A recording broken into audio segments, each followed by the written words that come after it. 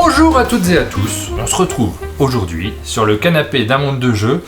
Dans un des formats que je préfère, le format du canapé, c'est celui dans lequel nous allons pouvoir discuter, rencontrer des gens, découvrir une expérience éditoriale, puisque nous avons toute l'équipe, ou presque toute l'équipe de Funforge. Donc on va avoir le plaisir de vous les présenter. J'ai une petite fiche pour résumer, parce que je ne connais pas tout le monde. Et c'est l'intérêt de ce format, c'est qu'on peut découvrir les personnes de l'ombre, les personnes qu'on ne voit pas forcément. Chez Funforge, vous connaissez, j'espère que vous connaissez, Philippe Noura. Bonjour Philippe. Salut. On est ravi de t'accueillir au chalet. Tu es le créateur de Funforge. Ouais, c'est ça. C'est toi qui as fondé cette société. Ouais. Je connais très bien aussi Claude, parce qu'à chaque fois on te croise, Claude. Tu es là depuis le début aussi. Ou sinon, depuis le début, c'est vrai. Ouais, depuis le début. Et là je regarde ma fiche pour savoir l'intitulé de ton poste exactement. Responsable juridique. Oui, mais il est un peu étroit comme intitulé, parce qu'il y a beaucoup de commerce, et comme dans toutes les petites maisons, il y a beaucoup de plomberie, d'électricité, tu fais tout, tu sais, surtout au début. Hein. Et puis j'ai beaucoup parlé d'édition. Quand je te croise en festival, souvent on parle des jeux tout simplement. Ouais. Vous connaissez probablement Charlotte. Bonjour Charlotte. Bonjour. Ça fait un petit moment aussi que tu es chez Funforge et que tu représentes aussi l'image de Funforge, puisque tu gères la communication notamment. C'est ça, la communication, le community management. Mais maintenant, il y a Charline et Maud qui m'aident beaucoup plus là-dessus. Mais ça fait 7 ans, donc ça commence à faire un bail. Charline, je ne te connaissais pas. Enchantée. Je suis ravi de faire ta connaissance donc au chalet, de découvrir qui sont les personnes qui sont derrière Funforge. Et tu t'occupes donc également de la communication. Principalement graphisme, maquette, toutes les maquettes de jeux, et aussi maintenant un peu plus aussi avec Charlotte sur les réseaux sociaux. Charlotte et Charline, c'est facile, je retiendrai plus facilement comme ça. Maud, j'ai eu l'occasion de te croiser plusieurs fois. Alors peut-être dans d'autres univers aussi, mais ça fait combien de temps que tu es chez Funforge? 2 ans? Un peu plus que 2 ans. Un peu plus de 2 ans? Ouais. Donc sur la communication, on te voit notamment sur le Facebook. On a eu l'occasion de voir pas mal de photos de toi ces derniers temps. Parce que je prends mon bâton de pèlerin et je vais voir toutes les boutiques de France et de Navarre pour leur présenter nos jeux. Et il y a 2 autres personnes que je ne connaissais pas jusqu'à présent. François, responsable production, tu es un peu moins à l'image. Mais, bah si, là, tu es complètement. Tu es sur le côté du canapé. C'est pas la meilleure place pour être filmé. Oh, ça ira bien. Oui, ça ira très bien. Surtout que vous êtes très nombreux. C'est rare qu'on ait autant de monde sur le canapé d'un monde de jeux. Je vois écrit responsable production. C'est ça, c'est-à-dire que je m'occupe de tout ce qui a trait à la fabrication des jeux. C'est-à-dire une fois que les jeux ont été créés, designés, il va bien falloir préparer des fichiers, envoyer aux usines, vérifier. C'est tout le concret de la fabrication du jeu dont je m'occupe. D'accord. Et pour terminer, j'espère que je ne vais pas écorcher ton nom parce que j'ai du mal. Je ne connaissais pas ce nom. Je suis désolé, tu me corriges. Gersand, c'est comme ça qu'on dit? Gersand, ok. C'était presque, il n'y avait que des fautes. C'est pas facile. C'est le côté allemand. Je suis désolé, je ne vais pas couper, mais je reprends quand même. Gersand, c'est ça? C'est ça. Ah, je me suis pas trompé. Tu es office manager? En quoi ça consiste? Je gère l'administratif globalement, mais aussi la partie localisation pour tout ce qu'on importe en France. Dès lors où on essaie de faire un jeu en français, travailler avec le graphiste et le traducteur pour arriver à finaliser les règles, le jeu. Et toute la partie relation avec le comptable et aussi le SAV, accessoirement. On n'a pas tout le monde, si j'ai bien compris. Il manque une personne. Il manque une personne. Thomas. Ouais. Il manque Thomas, qui est notre développeur. Oui. Qui a fait notamment la version digitale de Tokaido. Et qui travaille sur d'autres projets maintenant, en interne. Ouais. Et qui vient d'être papa, donc c'est pour ça qu'il n'est pas là. D'accord. Développeur, c'est un domaine qui est assez important, on va voir dans votre parcours, puisque il y a une histoire par rapport à Funforge vis-à-vis des jeux vidéo notamment. Vous avez un passif, surtout toi, dans le domaine du jeu vidéo. On est plusieurs à venir du jeu vidéo. Ubisoft, Activision. Avant Electrogames. Et puis moi j'ai commencé il y a 30 ans chez Cryo, Callisto. Cryo, ça évoque plein de choses pour moi. Et je regarde l'écran, parce que sur l'écran, là, à chaque fois, vous le savez, j'ai mon téléphone dans la main, mais ça me sert de télécommande pour envoyer des images sur l'écran, sur lesquelles vous pouvez réagir exactement comme vous le souhaitez. J'ai mis le logo, le dernier logo, puisqu'il y en a eu plusieurs. Il y en a eu 2. On va mettre le deuxième directement. Et ce logo, tu l'as fait toi-même? Ouais. Parce que là, on voit clairement une patte graphique. Et souvent, dans le monde du jeu de société, pour ceux qui connaissent le jeu de société depuis un certain temps, on sait que le graphisme des logos, c'est déjà le premier domaine dans lequel parfois on se dit mais qu'est-ce que c'est que ce truc? Il y a eu pas mal de logos d'éditeurs qui sont pas extraordinaires, mais on va pas s'attarder dessus. Le vôtre, c'est pas le cas du tout. On voit tout de suite qu'il y a une patte particulière, il y a quelque chose qui est parfaitement maîtrisé. Mais vous l'avez fait évoluer quand même. Ouais, le tout premier logo, c'était vraiment l'origine du truc, qui a découlé du nom, bien évidemment, puisque l'idée c'était d'évoquer des trucs cool, des jeux. Et puis j'aimais bien tout cet aspect médiéval, hyper présent dans les jeux, la fantasy, etc. Donc Funforge, ça réunissait ces deux aspects-là. Le lettrage, c'était l'enclume, évidemment, et du coup, la petite flamme, c'était la petite flamme de la passion, qui naissait. Il a évolué, je sais plus, il y a 3 ans, 4 ans 2018, ouais, 4 ans. Pour une raison très très concrète, c'était un projet qu'on a toujours de compagnon digital. Sur les mobiles, et en fait je l'ai intégré dans un format d'icône mobile classique. Ah bah oui. Donc beaucoup plus carré. C'était ce but là, mais en essayant de conserver son identité, en simplifiant certains éléments graphiques du logo aussi, et en conservant son identité. Je pense que quand tu vois les deux, tu reconnais tout de suite que on parle de la même chose, voilà. Mais il a évolué pour ça principalement. Le Funforge, ça a été créé en 2012 2008. 2008 Ouais. Pourquoi j'ai retenu 2012? C'est à la fin du monde, tout ça. La sortie de C'est Tokaido. Tokaido. Et 2008 avec... est-ce que c'est avec Illusio? C'est ça. Ouais. C'est le premier jeu que vous avez fait et dont tu es l'auteur. Ouais. J'ai découvert ça, je savais pas que tu étais auteur de jeu en fait. Non, mais je suis auteur que de ce jeu. Oui, c'est déjà plus que moi parce que j'en ai pas fait beaucoup, tu sais. Ouais, c'est le tout premier jeu qu'on a édité. À l'origine, j'étais tout seul, il y avait Claude qui m'aidait, qui avait un vrai métier à l'époque, qui m'aidait sur toute la partie juridique, et puis aussi sur les salons, on y allait tous les deux. Voilà. Et Illusio, c'était amusant d'ailleurs, une petite anecdote, parce qu'à l'époque on l'a présenté à Essonne, on avait fait plein de décos avec des trucs de magie. Ouais. Et il y a beaucoup de gens qui passent. Ah super, vous êtes des magiciens. En fait. Non, pas du tout en fait. Et on a un Espagnol qui est passé, un joueur espagnol qui est passé et qui était magicien. Et pendant une demi-heure, il a fait des trucs magiques avec le matériel du jeu. D'accord. C'était super drôle. Il a fait ça sur le stand, ça a attiré plein de monde. Du coup, on a vendu des millions. C'est à Essen déjà? Ouais, c'était à Essen. En fait, la boîte a été créée en août. Ouais. Et puis, on est parti en camionnette. avec toute la naïveté qui caractérise le lancement d'une boîte, je me suis dit, tiens, je vais prendre un stand à SN qui était réservé depuis 1 an déjà pour tout le monde. Ouais. Et miraculeusement, il y en avait un. Donc, dans le hall 12. Dans le hall 4, qui a été détruit depuis, qui a été reconstruit. Si, c'est à cause de nous. Hein, le hall 4, ils ont mis du sel. Il y a du sang d'ailleurs. je pense. On était, pour l'anecdote, juste à côté de la galerie, qui était une espèce de conduit d'air horrible. Ah oui, il y avait de la faisait neige. moins 12. Je me rappelle de ça. Il y avait de la neige. On a eu une année de neige. Non, c'était 2 ans après. C'était en 2010. Il y avait tellement froid. Et donc on a présenté ce jeu, on avait un petit stand, c'était le tout premier jeu, qui est un petit jeu sans prétention, hein, où tu joues des magiciens. Chaque joueur joue un magicien, tu dois compléter des tours en récupérant des ingrédients, enfin des éléments qui permettent de compléter des tours. Et c'était illustré par Julien Delval. Par Julien Delval, ouais. Et donc vous avez lancé la maison d'édition, mais à l'époque tu travaillais encore dans le jeu vidéo. Non, j'étais freelance à l'époque. Ouais. J'étais DA freelance, je bossais pour plein de gens. Et puis je travaillais la journée pour payer mon loyer et mes pâtes. Et puis je travaillais la nuit pour lancer la boîte. Avec l'intention, déjà, dès le début, d'être à temps plein sur Funforge, ou alors... Ouais, c'était l'idée. Et l'idée, c'était de construire quelque chose qui puisse vivre, qui soit pérenne, et puis qui prospère. Voilà, c'était pas un one-shot, quoi. Donc l'idée, c'était de faire ça. Donc, mais ça prend du temps. Donc, il faut réussir à tomber sur le bon projet. Ça a été... pendant 4 ans, ça a été 4 ans où j'étais à peu près tout seul. Je te dis, avec Claude, voilà, qui intervenait...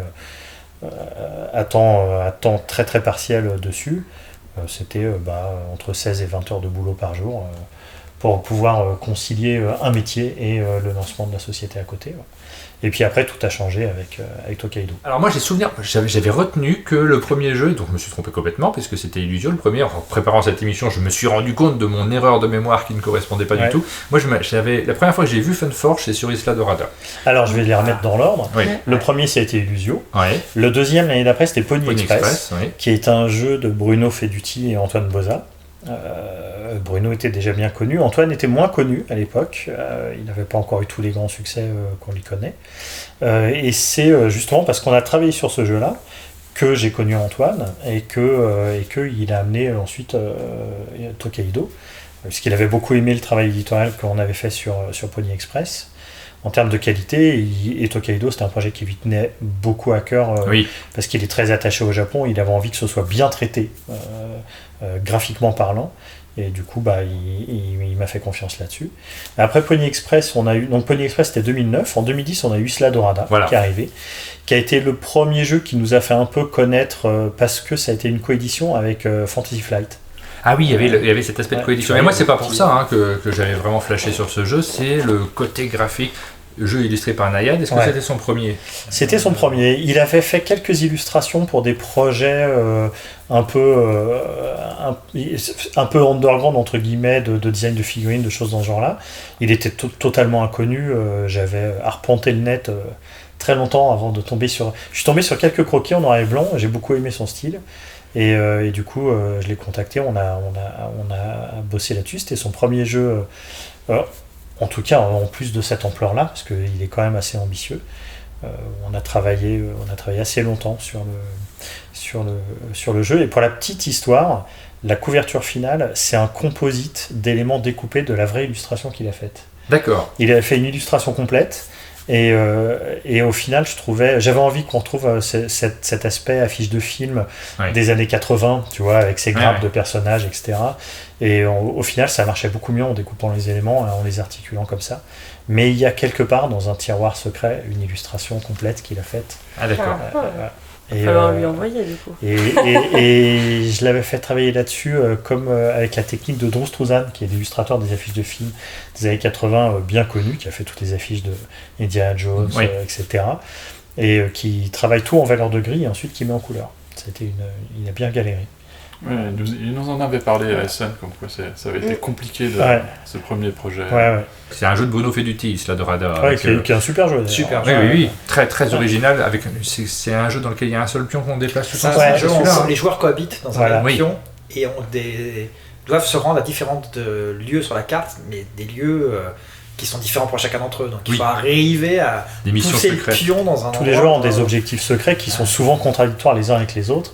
Et tu as des cartes pour enchérir sur différents types de routes. Et tu dois réussir à prendre la main, soit pour aller là où tu veux, soit pour éviter qu'un autre t'amène à un endroit où tu veux pas aller. Avec beaucoup de discussions autour de la table. Et puis, on ne contrôle pas tout dans le jeu. On essaye de se débrouiller pour aller dans la bonne direction, mais vous n'êtes pas certain d'arriver à vos fins. Donc ça, c'est un projet qui a commencé à jeter un peu de lumière sur nous. Je te dis notamment grâce à la coédition avec Fantasy Flight, parce que Chris Petersen, à l'époque, le boss de Fantasy Flight, était comme toi, il a eu la même réaction, il a vu les illustrations que Bruno repostait sur Facebook, et il a dit, ce jeu, j'ai envie de le faire. Et c'est comme ça qu'on est rentré en contact et qu'on a fini par faire une coédition. On a ensuite, après Isla Dorada, la même année, en 2010, on a fait Big ID, qui est en fait un jeu de James Ernest qui a été édité par Cheapass Games à l'époque aux États-Unis.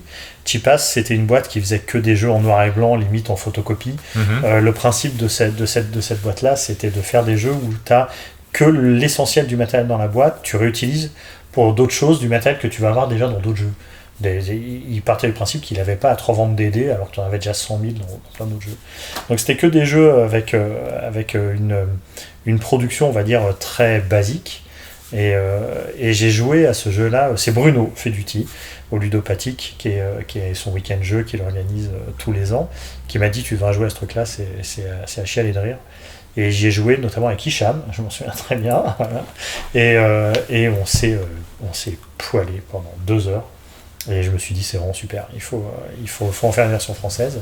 Donc ça, c'était avec la version jeu de cartes assez simpliste, finalement. Ouais, et vous avez entièrement retravaillé toutes les illustrations. On a tout refait. Et ça, c'est un illustrateur québécois qui a fait ça. Comme Pony Express, d'ailleurs, c'est un illustrateur québécois aussi. C'est Mathieu Beaulieu qui a fait ça. J'aime beaucoup son style. Et sur Big ID, c'est un illustrateur qui s'appelle Stéphane Boutin qui a fait les illustrations de ce jeu-là.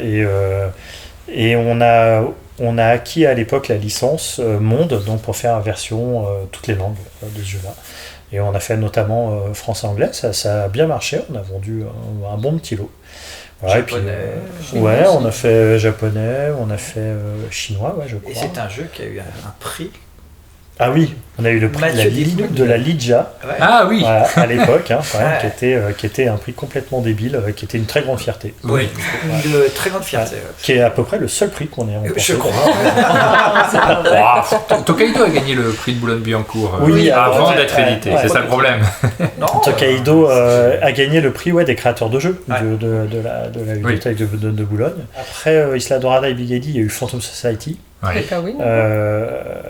Non, c'est venu après. Oui, c'est venu après. Il y a eu Phantom Society, donc, qui est un jeu de Hervé Marly, qui est l'auteur un des co-auteurs des Loups-garous de Tierce-Lieu. On en parle très souvent, mais on voit l'influence aussi des ludopathiques sur.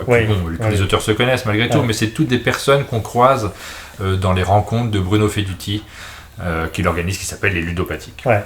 Et Frédéric Colombier, qui est co-auteur sur ce jeu-là. Ouais. Et c'est un jeu qui a souffert d'un mal qui nous a frappé plusieurs fois. Il a été overproduit, comme on dit ça. Ah bon, ouais. C'est-à-dire qu'on en a fait un peu trop sur ce jeu-là. C'est ce qui n'est pas un mal en soi, mais ça aboutit à des produits qui sont trop chers par rapport à ce qu'ils sont en tant que jeu et à leur contenu de gameplay. Donc c'est des erreurs de jeunesse. C'est des erreurs dont moi je suis assez fier, parce que le rendu est plutôt cool. Oui, c'est beau dans une collection d'avoir ces jeux-là qui sont vraiment magnifiques, mais dont le prix de ce fait est peut-être trop élevé. C'est ça. Ouais. C'est ça, ou la marge trop faible. Ouais. Parce que tu es obligé de garder un prix cohérent, mais il t'a coûté cher. Surtout que ce jeu-là, à l'époque, il a une spécificité qui maintenant est assez répandue sur plein de jeux, c'est qu'il a un plateau à double niveau. Oui. Et il y avait très peu d'usines qui savaient faire ça à cette époque-là. Et les seuls qui étaient capables de faire ça avec les contraintes qu'on avait, c'était Ludofact, donc une usine allemande qui coûte cher. Donc le jeu nous coûtait très cher à produire. Et c'est un peu ce qu'il a tué. C'est un jeu de déduction, moi j'aime beaucoup. C'est encore illustré par Nayad, celui-ci, d'ailleurs, dans un style assez proche de Isla Dorada.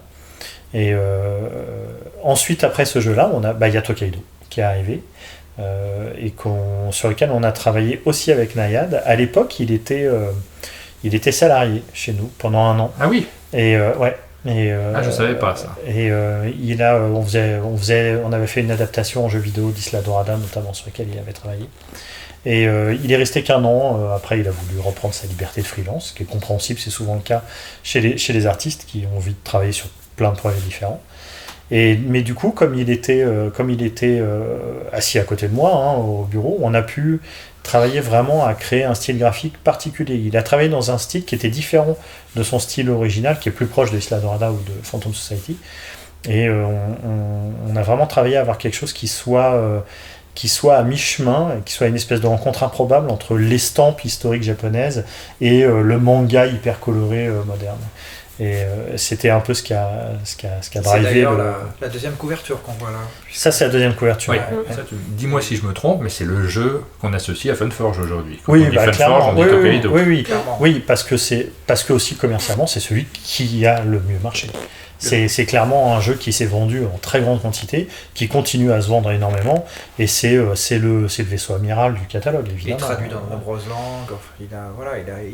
Et en fait, je crois que c'est peut-être le premier jeu où l'alliance entre le design, enfin les artworks, le travail artistique et le gameplay est tellement cohérent. Enfin, c'est une espèce d'alchimie magique sur ce jeu et la direction artistique, parce qu'à l'époque on n'en parle pas, mais des boîtes blanches comme ça on n'en voyait pas. Il n'y en avait pas. Voilà, donc il y a eu toute une espèce d'une conjonction de qualité, je crois, vraiment, on peut le dire. Tu racontais même qu'on nous l'avait déconseillé, la boîte blanche. Nous, on en prédisait l'apocalypse. La boîte blanche, ça marchera jamais, en boutique, toutes les boîtes sont colorées, etc. Moi, je me suis dit, justement, une boîte blanche, au milieu de toutes ces boîtes pleines de couleurs, forcément, tu vas l'avoir, elle va te péter à la figure, quoi. Puis maintenant, chaque éditeur veut sa boîte blanche, à commencer par les Beatles. Ils ont anticipé là-dessus. Cela dit, tu vois, il y a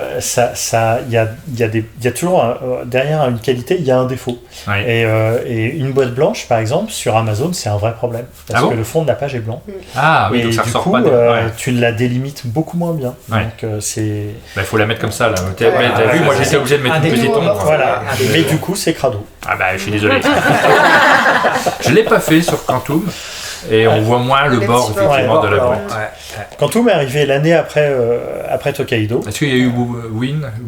Oui, il y a eu Woolwin qui est sorti à peu près en même temps que Tokaido. Ça s'appelait Win, donc pour nous en France. C'était une licence d'un jeu aussi, de chez Korea Games, si je me souviens bien. De Jeff Siadek, c'est un jeu de Jeff Siadek qui est super drôle, hein, en gros, où le principe c'est que chaque joueur joue un personnage ou une personnalité. Chacun a une carte personnage ou personnalité et il y a un défi au milieu qui est improbable. Tu vas être le Père Noël contre Albert Einstein et tu vas devoir persuader, t'as 30 secondes pour persuader l'assistance que t'es meilleur, toi le Père Noël, que Albert Einstein en bras de fer par exemple. Et c'est quoi, ça me paraît évident. T'as vu les sacs de cadeaux, Albert Einstein, j'ai jamais vu porter des sacs de cadeaux. C'est l'esprit du jeu. Typiquement. Mais alors c'est un jeu qui est dans le concept qui est super drôle, après qui a eu du mal à trouver son public parce qu'il y a beaucoup de gens qui ont du mal à se livrer aussi vite. C'est vraiment de l'impro, c'est compliqué. Les jeux où tu dois comme ça Big ID aussi. raconter ta vie. Big ID aussi. Il a ce côté-là, mais il est moins violent. Parce que Win, c'est vraiment, t'as ta carte, t'as 30 secondes, vas-y, t'as pas le temps de réfléchir. Big ID, t'as tes cartes, tu construis ton invention, parce que tu joues tu dois construire une invention improbable et la vendre aux autres. Un autre présente, tu vas avoir le temps d'y réfléchir, etc. Même quand c'est toi, t'as un peu le temps de réfléchir. C'est un peu moins immédiat. Mais oui, il souffre quand même un petit peu du même mal. Quels sont les jeux qu'on peut encore trouver en boutique parmi cette première liste? Tokaido uniquement. Tokaido. Big ID, on a plus la licence aujourd'hui. C'est un jeu. Pony Express, on a arrêté de le réimprimer. Il nous reste 4 boîtes au bureau. Il m'en manque 2. Il me manque Elusio et Pony Express, les 2 premiers. Elusio, on peut t'en envoyer 800 boîtes. C'était pas une demande particulière. Non, mais c'est possible. Isla Dorada, il y en a. C'est un jeu qui est plus édité non plus. C'est une pièce à avoir. Parce que c'était une coédition justement, donc c'est compliqué.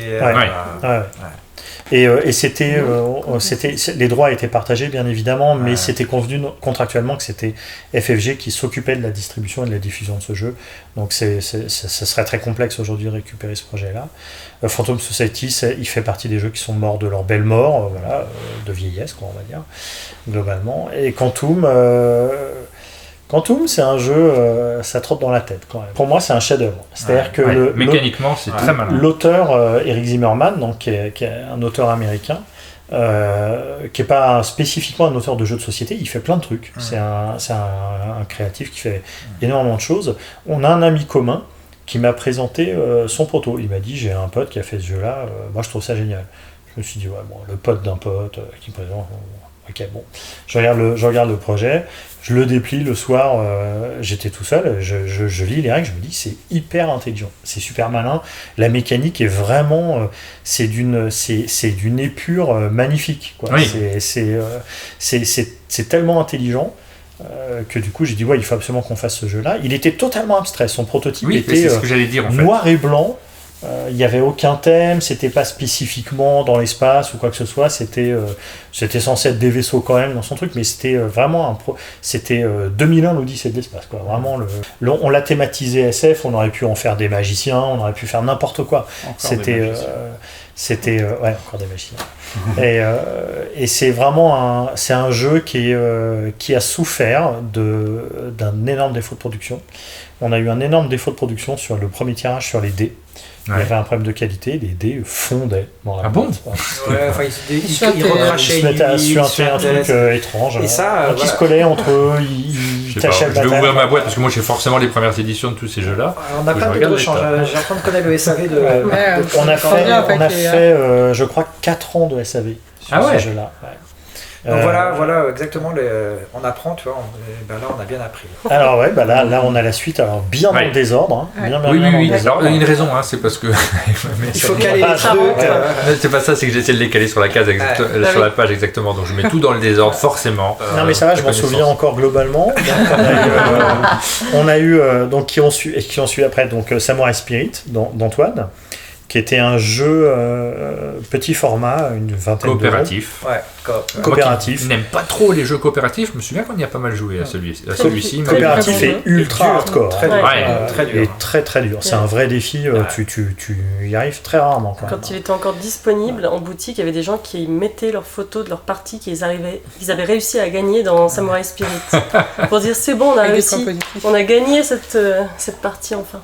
Warehouse 51, donc on a fait après en coédition avec notre distributeur américain de l'époque, Passport Game Studio, qui a disparu depuis aujourd'hui, qui était en fait, par petite histoire, une émanation d'un très gros distributeur américain qui s'appelle GTS, qui est en fait un énorme distributeur de produits de sport, de cartes de baseball, de choses de genre-là, et qui a une branche jeu de société. C'est un jeu de Bruno Feduti. Il y en a quelques-uns, et Sergio Alaban. Ouais. Des Bruno Feduti. Est-ce que c'est pas l'auteur dont vous avez fait le plus de jeux avec Antoine Boza, forcément? Ouais, je pense, ça a été de façon récurrente, on a fait pas mal de lui. Warehouse 51, c'est un jeu d'enchères assez rigolo. Et de collection avec des objets farfelus. C'est super mythique, super mythologique même. Tu joues en fait des milliardaires absurdes, tu payes en milliards en lingots d'or dans ce jeu, et tu as accès à l'entrepôt 51 qui recèle tous les... L'Arche d'Alliance, que des objets mythologiques de plein de... c'est un jeu d'enchères. C'était assez rigolo. On a fait ensuite, alors dans l'ordre, à peu près en même temps, on a fait Titan Race et Hop. Titan Race, c'est un jeu qui est dans la gamme de Samurai Spirit, en termes de format. En termes de format, exactement, c'est pas tout à fait la même de mesure entre les deux jeux. Un peu plus démesuré que l'autre. C'est un jeu de Julien Alain. Et c'est un jeu de course qui a une particularité qui est assez rigolote, c'est que les plateaux bouclent sur eux-mêmes dans tous les sens. Donc quand tu te fais éjecter sur un côté, tu reviens de l'autre côté. Quand tu passes la ligne d'arrivée, tu réapparais de l'autre côté. Et c'est un très bon jeu. Moi j'aimais bien Titan Race. Ouais, c'était très rigolo. Je sais pas s'il a rencontré un très gros succès. J'ai pas l'impression qu'on en ait beaucoup entendu parler à sa sortie, mais moi j'avais bien aimé. Non, c'est un jeu qui a pas eu énormément de succès, mais qui est vraiment très fun. On avait fait une production qui était rigolote. On avait fait des petites figurines sur des titans, donc tu chevauches un titan et tu fais la course là-dessus. Ça a été illustré par Jib, qui a un style ultra dynamique, donc je me suis dit c'est parfait, il a vraiment le style parfait pour ce genre de jeu. Et puis Hop, donc grosse boîte, c'est aussi une pièce à avoir dans sa ludothèque, je suis très content de l'avoir, moi, la boîte de Hop, parce que alors c'est un jeu dont il y a une échelle dans le monde du jeu que Ludovic Maublanc met en avant régulièrement quand il vient au chalet. Il dit c'est l'échelle de Hop, c'est l'échelle de la surédition. Le jeu où il y a un matériel dedans, parce que c'est un petit jeu pour enfants, on se balance des trucs. C'est marrant, c'est léger, mais par contre, on a une très grosse boîte avec des figurines magnifiques à l'intérieur, mais vraiment magnifiques. C'est pour ça que je dis que c'est un jeu à avoir quand vous avez une jolie collection de jeux de société. Et puis, mais même les anneaux qu'on se lance, ils sont dans un carton très épais. Non, c'est pas du carton, c'est une mousse. Une mousse, pardon, excusez-moi. C'est pas des anneaux, c'est des arcs-en-ciel. Pardon, je commets beaucoup d'erreurs.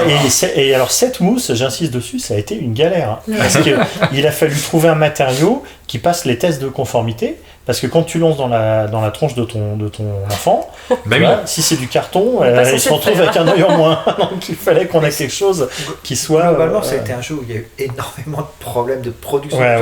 Ce jeu a été quand même globalement un cauchemar. Il faut quand même dire les choses comme elles sont. En production, ça a été un cauchemar. Et tu parles de surproduction, mais du coup, ça a eu un impact direct sur le prix, sur les ventes, sur le prix, donc sur le public que ça touchait. Et donc c'est un jeu, dont on peut être fier en termes de production, parce qu'au final c'est un jeu très joli, comme tu le dis, avec plein d'éléments qui sont magnifiques, mais il a été très très dur pour la société. Ça a été un projet qui nous a coûté cher. Il rentre dans la même catégorie de surproduction niveau compète internationale que Phantom Society. Voilà. Mais oui, mais d'un autre côté, parce qu'on y a rejoué il n'y a pas très longtemps, avec Ludo qui est venu au chalet, on a joué à Hop, on l'a ressorti, il y a des gens qui ne le connaissaient pas dans la salle, donc se dire, attendez, on va faire une partie de Hop, forcément, on va prendre Déjà, on a passé 20 minutes à regarder ces différentes figurines sous tous les angles, parce qu'elles sont magnifiques. Et puis le jeu est très rigolo. Donc il y a des jeux qui peut-être où on se moque un peu parfois du matériel, mais là c'est pas le cas, c'est juste... C'est un super jeu.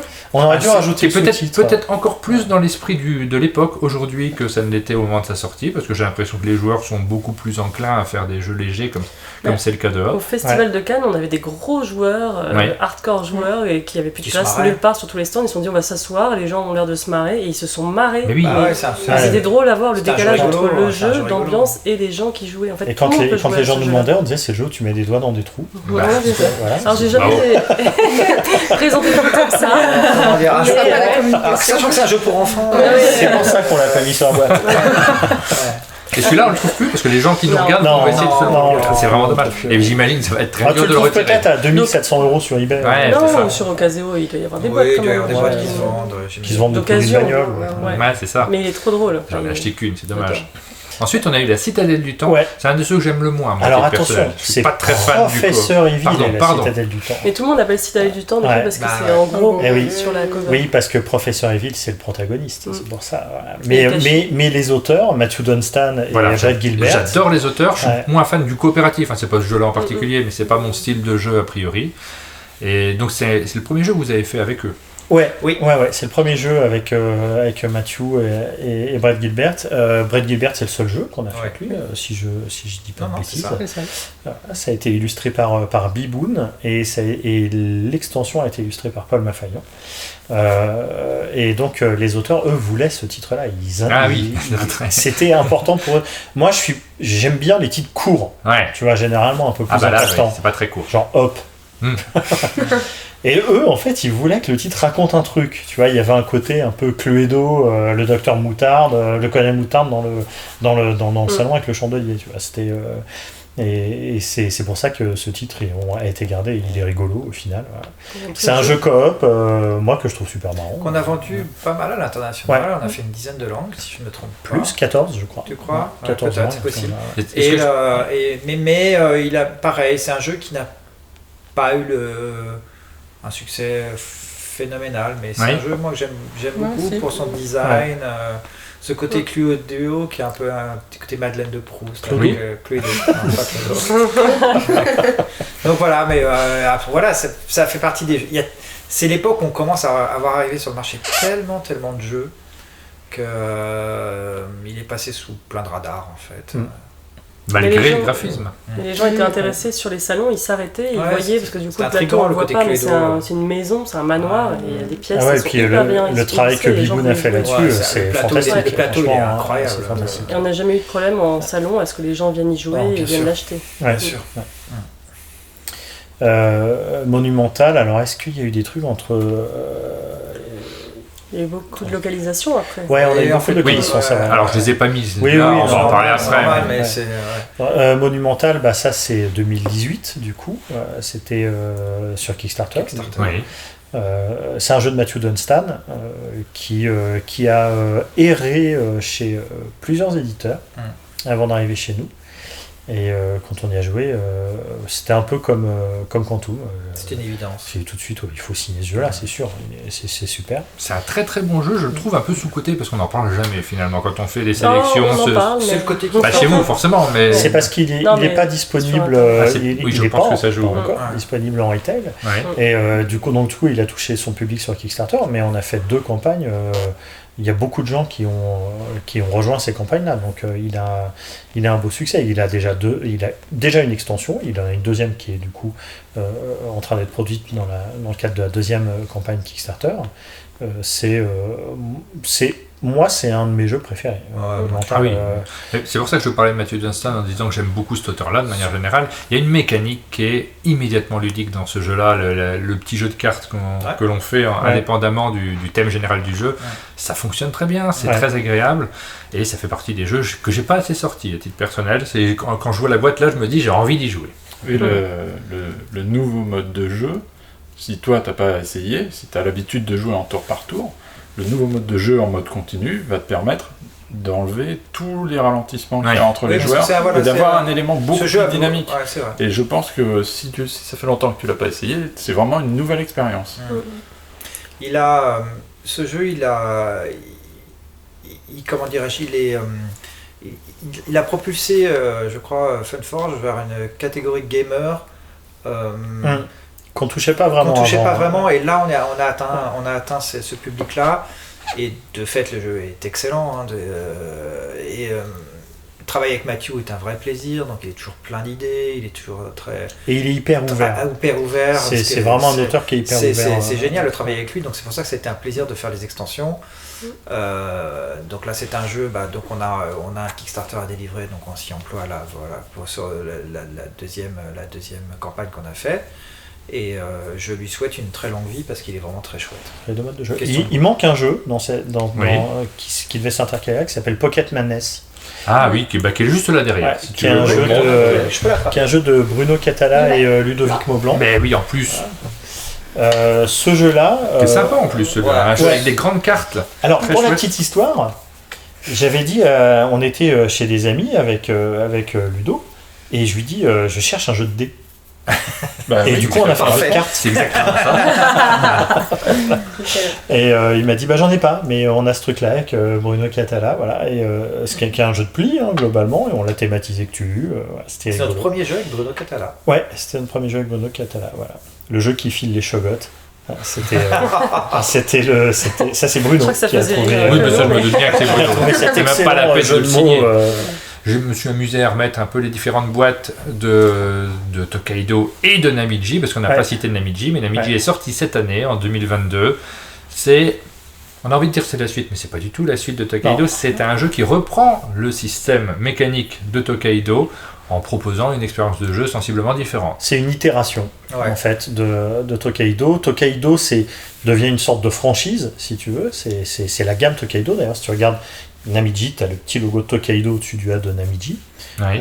C'est-à-dire qu'il y a une mécanique commune qui est cette mécanique de voyage, de déplacement sur le plateau, mais à peu près tout le reste est différent dans Namiji par rapport à Tokaido. Donc ce sont vraiment deux. Si tu aimes Tokaido, tu vas jouer à Namiji, tu retrouves tes petits tout de suite, et tu redécouvres des nouveaux petits dedans. Donc c'est ça qui est intéressant. C'est pas juste une rethématisation, ou c'est vraiment un jeu. C'est pas le même jeu. C'est pas le même jeu, c'est un jeu différent, qui a une filiation qui est claire, qui est marquée dans sa DA, dans sa mécanique de base de déplacement, mais ça s'arrête là. C'est vraiment deux jeux différents. Et par contre, le Tokaido Duo, là, que vous voyez tout à fait à droite de l'écran, celui-ci, mécaniquement, c'est pas du tout la même chose. Là, non, pas du tout. On n'est pas dans la même famille presque, mais on est dans le même thème. Mais quand tu ouvres la boîte de Tokaido Duo, quand tu déplies le matériel, tu comprends tout de suite que tu es dans Tokaido. Oui. Parce que tu as quand même t'as des éléments qui sont les mêmes. Le déplacement du pèlerin rappelle exactement la mécanique de déplacement de Tokaido. Les personnages et leur fonctionnement évoquent, en ayant des gameplays totalement différents, des personnages que tu peux retrouver dans la boîte de base de Tokaido. Tu comprends tout de suite que tu es dans cet univers-là. Tu comprends très vite que le jeu n'a rien à voir, c'est totalement différent, mais en même temps, tout le feeling est là. Et ça, c'est le talent d'Antoine sur le développement de la version de Tokaido Duo, c'est qu'il a réussi vraiment, pour moi, à extraire la substantifique moelle de ce qu'est Tokaido et à la réinterpréter dans un nouveau projet qui est Tokaido Duo. Et c'est vraiment un exercice de style qui a l'air... Quand tu le vois, ça a l'air facile parce que c'est tellement évident, cette filiation est tellement évidente, et en même temps, quand tu y penses, tu te dis ça, c'est quand même du talent, quoi. Et en plus, il a su le rendre plus compétitif. C'est un jeu où il faut. On est plus, on sent bien le duo, on sent le côté et l'un contre l'autre, quoi. Et tu le sens bien, sans que ça reste le thématique de Kaido. C'est un jeu, une atmosphère peaceful, mais il y a une plus grande tension, exactement. Et tu veux prendre le dé, et ça se sent bien. Et donc c'est génial. Enfin, une fois de plus, c'est Antoine Boza, quoi. Donc, de toute façon, dans les jeux à deux, il faut absolument avoir cette tension-là pour que le choix soit impactant. Mais Tokaido, c'est un jeu qui se joue à deux, tout comme Namiji, mais alors ça c'est moi qui le dis, vous pouvez me contredire tout à fait, mais qui trouve plus de saveur, je trouve, quand on joue à plus que deux joueurs, parce que laisser des zones derrière soi, au risque que les autres les prennent, c'est plus tendu à plusieurs. Le mode de joueur de Tokaido, c'est avec un joueur fantôme, il y a plein de gens qui n'aiment pas cette façon de jouer, qui trouvent que c'est une façon agressive de jouer, justement, parce que tu vas utiliser un bloqueur en fait, et c'est presque paradoxal avec ce qu'est Tokaido, qui est un jeu où tu as pas d'interaction vraiment directe avec les autres joueurs. Tu ne peux pas leur nuire directement. Dans la version 2 joueurs de Tokaido, tu utilises ce bloqueur clairement pour nuire à ton adversaire. Oui, ça change en plus des mouvements que toi tu peux faire avec ton joueur par ailleurs. Donc c'est pas tout à fait la même chose. Il y a des gens qui aiment, mais je pense que clairement la version totalement aboutie d'un Tokaido à 2 joueurs, c'est Tokaido Duo, c'est clair. Alors, on va faire un petit jeu, le petit jeu qu'on fait habituellement sur notre canapé ces derniers temps, avant de parler de tous les autres thèmes, il y en a encore pas mal. Je vais vous donner des enveloppes et vous allez répondre à des questions. On est très nombreux autour du canapé, donc j'ai mis peu de questions dans ce numéro-là. Je vous donne une enveloppe chacun. À l'intérieur, il y a des jeux Funforge et vous allez choisir chacun 2 jeux. Ça vous donnera l'occasion de parler tous un petit peu de vos préférences, de vos envies. Et vous allez donc choisir 2 jeux, pas les mêmes. La première question, c'est de choisir un jeu sur lequel vous avez un regret. Donc vous prenez le mot regret dans le sens que vous souhaitez. Ça peut être un peu négatif, comme ça peut être j'aurais aimé faire mieux, il y a quelque chose que je n'ai pas fait. C'est pas forcément négatif. Et le deuxième jeu, c'est le jeu auquel vous auriez envie de jouer là tout de suite. Donc petit coup de cœur. Je pense que ça peut être la même fiche. Ouais, non, je vous impose de choisir 2 jeux différents. Je sais ce que tu vas choisir. Ah là là. Ouais, alors chacun, je pense. Alors, on va commencer par le jeu sur lequel vous avez un regret, il y a toujours des choses à raconter.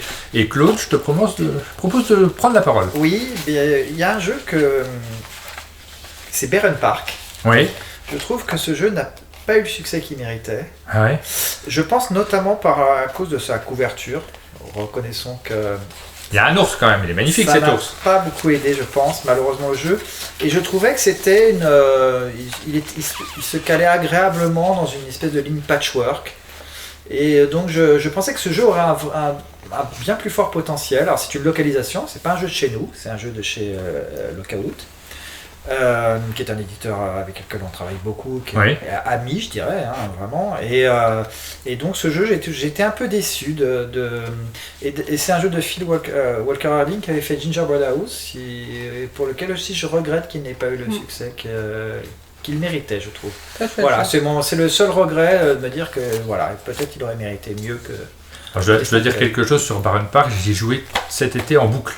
Okay. J'ai joué parce qu'il est sur Board Game Arena aussi. On a fait un tournoi. Je me suis vautré. J'ai été battu par Johan Levé pendant ce tournoi.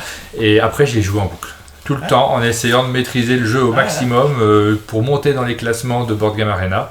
Et c'est vraiment un jeu qui, moi, à titre personnel, me correspond complètement. Le fait de dès que je vois les tuiles, je sais exactement comment les placer dans mon petit plateau individuel. Regret, mais il y a quelque chose de magique pour moi sur ce jeu. Il y a une extension à Beren Park, plus dispensable, mais les Grizzlies, voilà, c'est ça. Les Grizzlies arrivent. Carrément, ils attaquent. J'aime beaucoup ce jeu également. Il y avait la 3e extension, il contre-attaque. Le retour du voilà, donc voilà pour Beren Park. Charline ? Moi, mon regret, c'est pas forcément un point négatif. Enfin, plus pour moi, ça sera Monumental. Parce que je vais faire un petit aveu, je n'ai jamais fait une partie complète. Ah oui, bah ça se corrige. Quoi ? Ouais. J'ai commencé plusieurs parties, mais jamais, j'avoue, avoir fait. En même temps, elle n'a pas travaillé dessus. C'est vrai. Bah ouais, j'ai travaillé que après. Les bonnes excuses. C'était François qui avait travaillé. Ne t'inquiète pas, tu auras l'occasion de travailler sur Monumental. Non, mais j'ai travaillé sur Monumental, c'est pas un problème. Voilà, un petit aveu. Philippe ? Moi c'est Quantum, exactement pour les raisons dont je parlais tout à l'heure. Parce que je trouve que ce jeu est un chef-d'œuvre et qu'il a souffert de problèmes de production qui ont saboté son lancement. Et c'est un amer regret que je compte bien corriger un jour. Voilà, donc ça, vous avez des débuts d'infos à l'intérieur de ce regret. Et moi, alors on a un copain, on va lui rendre hommage là maintenant, Jube, qui me parle tout le temps de Quantum. C'est un jeu qu'il avait adoré, on y jouait tout le temps. Et lui, il a un jeu de mots de beauf. Je suis obligé de vous le mettre quand même. Allez. Je couperai peut-être très probablement en montage. Et si vous voyez cette vidéo en ligne sur YouTube, c'est que j'ai oublié de la couper, mais faites comme si ça avait été coupé au montage également. Lui, systématiquement, il me prend la boîte de Quantum et il me dit « Hé Martin, regarde !» Là, je cache le cul, qu'est-ce que tu vois ? Mais c'est pas bien. Tu l'as. C'est moche. Oui, mais c'est pas grave. Maud, on t'écoute. Moi, je me permettrai pas. Jamais de la vie. Bon, on lira les commentaires. Alors. Je vais pas le dévoiler en direct dans cette vidéo. Alors, Maud, quel est ton regret ?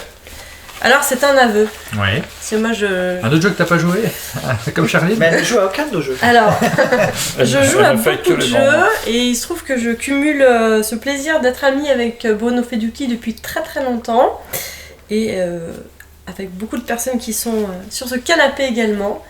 Je n'ai jamais joué à Isla Dorada. Donc ceci est un regret pour...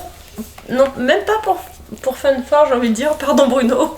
Normalement je joue et je teste à peu près tous les jeux de Bruno, donc si on pouvait jouer à Isla Dorada ce soir, ce serait hyper cool parce que...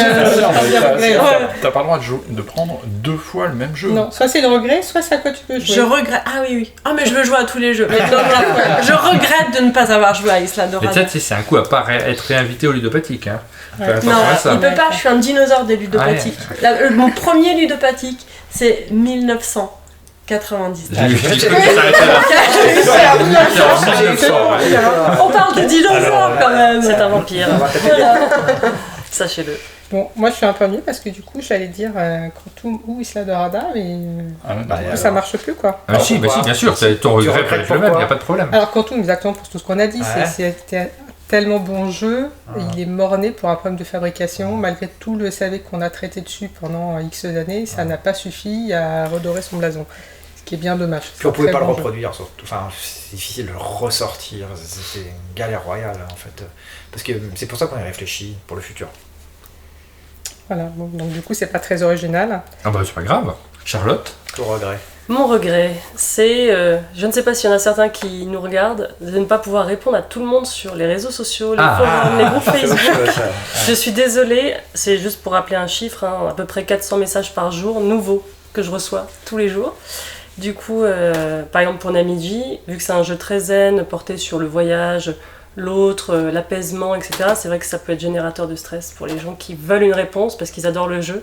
Et que je ne suis pas en capacité de leur répondre. Ça c'est un regret parce que il faudrait qu'on soit plus. Oui. Que je sois doublement moi, triplement moi, je ne sais pas.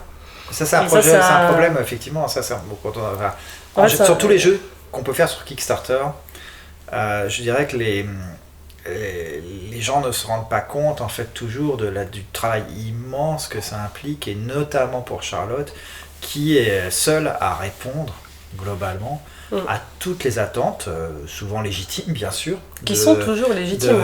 Des gens. Besoin d'une réponse, c'est légitime. Et voilà, mais ça c'est vrai. Alors ça, pour le coup, c'est un regret général qu'on peut avoir. Je pense que tous les éditeurs qui travaillent sur Kickstarter peuvent avoir, à mon avis. Hein. Et c'est pas qu'on ne veut pas vous répondre, c'est que forcément les anciens messages sont remplacés par les nouveaux, et puis etc. Et puis après on part en tournage, on a les autres missions de la communication, et du coup il y a des messages auxquels je n'ai jamais répondu.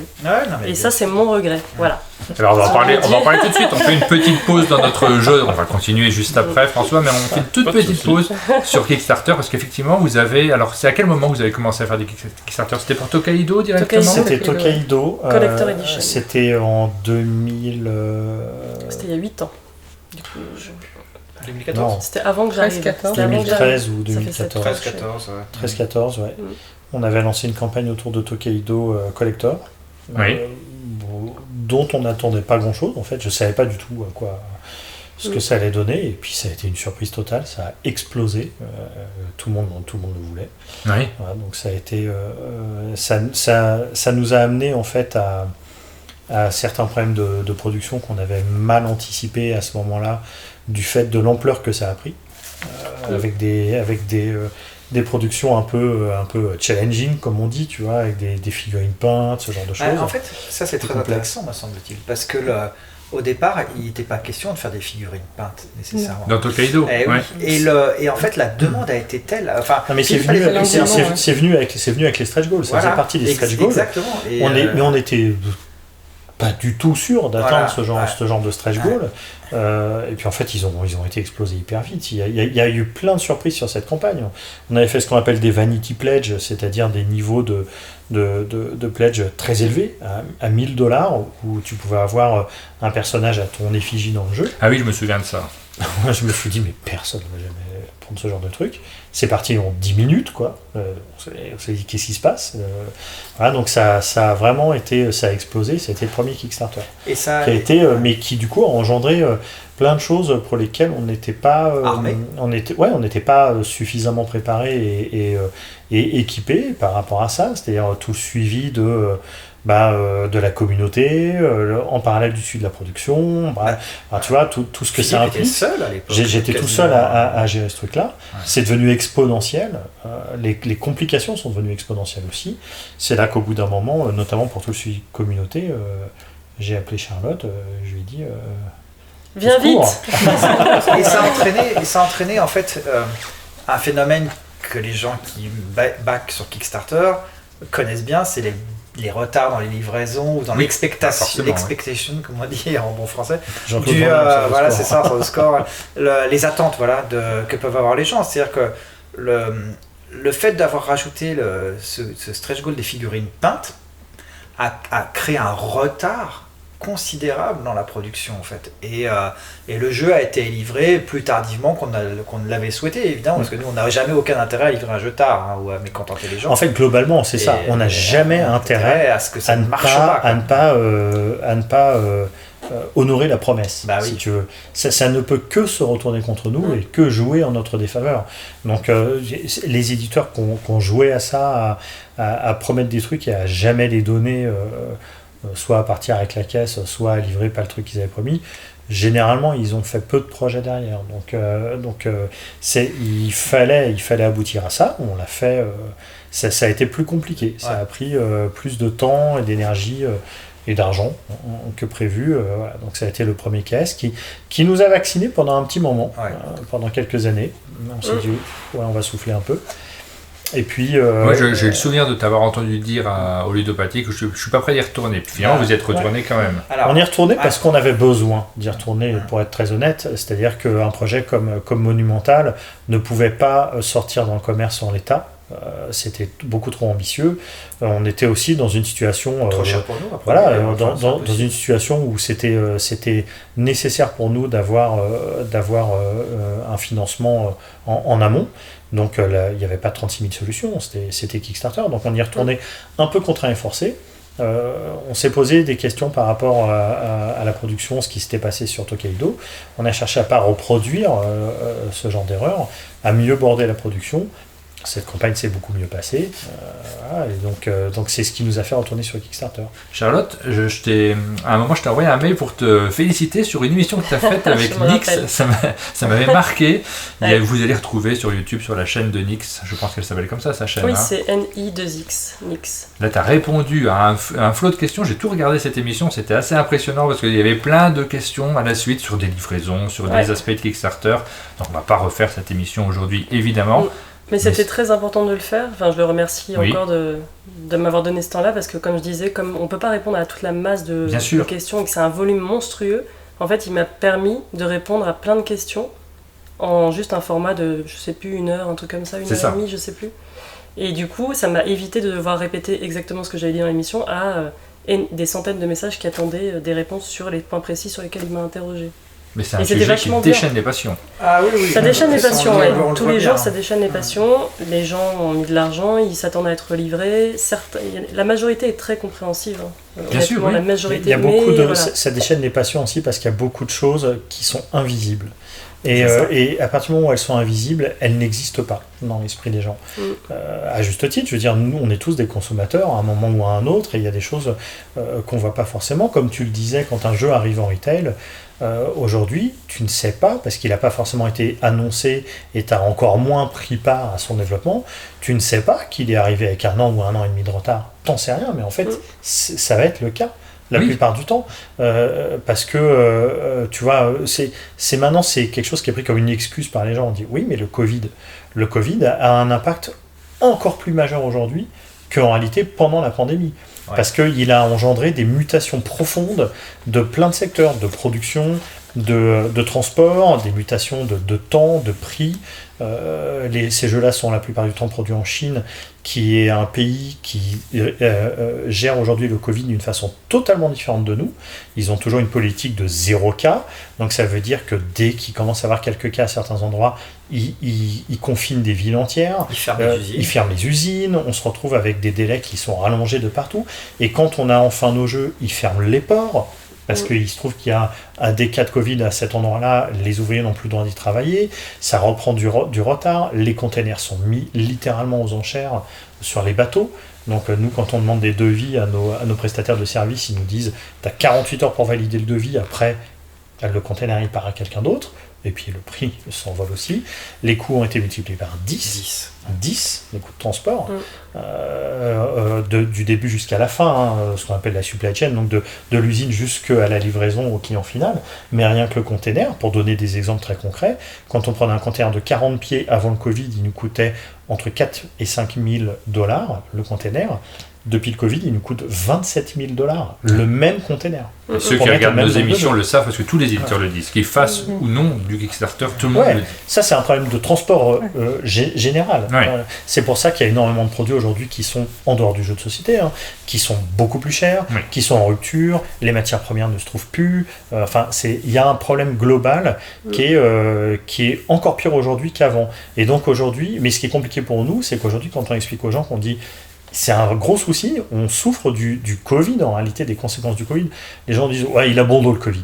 Mais en réalité, il a bon dos le Covid, en fait. Parce que réellement, ce sont des conséquences réelles. Pour être tout à fait transparent, c'est-à-dire que l'intention, lorsque le jeu est mis sur Kickstarter, quand on lance un projet comme Namiji, qu'on est en train de finir de livrer, là, et Monumental, la deuxième campagne qu'on doit livrer, entre ce moment où ces campagnes ont été lancées et le moment où on doit produire et faire le shipping, le monde a complètement changé. Il y a eu une pandémie. Et pour une petite société comme la nôtre, parce que Funforge est une petite société. Oui, je rappelle qu'on est 7 salariés. L'impact a été colossal. C'est-à-dire que d'un seul coup, on doit livrer aux gens ce qu'ils attendent légitimement. Et on doit le prendre sur nos deniers, en fait. Pour être complètement transparent, mais pour que les gens, évidemment, on va avoir plus que le canapé. Pour que les gens aient vraiment ça en tête. Quand on a lancé la campagne on fait des projections de coûts, d'accord, avant de lancer une campagne. Quand on a lancé la campagne et au moment où elle s'est terminée, donc avant le Covid, l'estimation du coût de transport sur l'ensemble de la campagne était d'environ 70 000 $ pour le monde, d'accord. Depuis que la production s'est terminée, le coût de transport, c'est 200 000 $. C'est entre 200 et 210 000 $.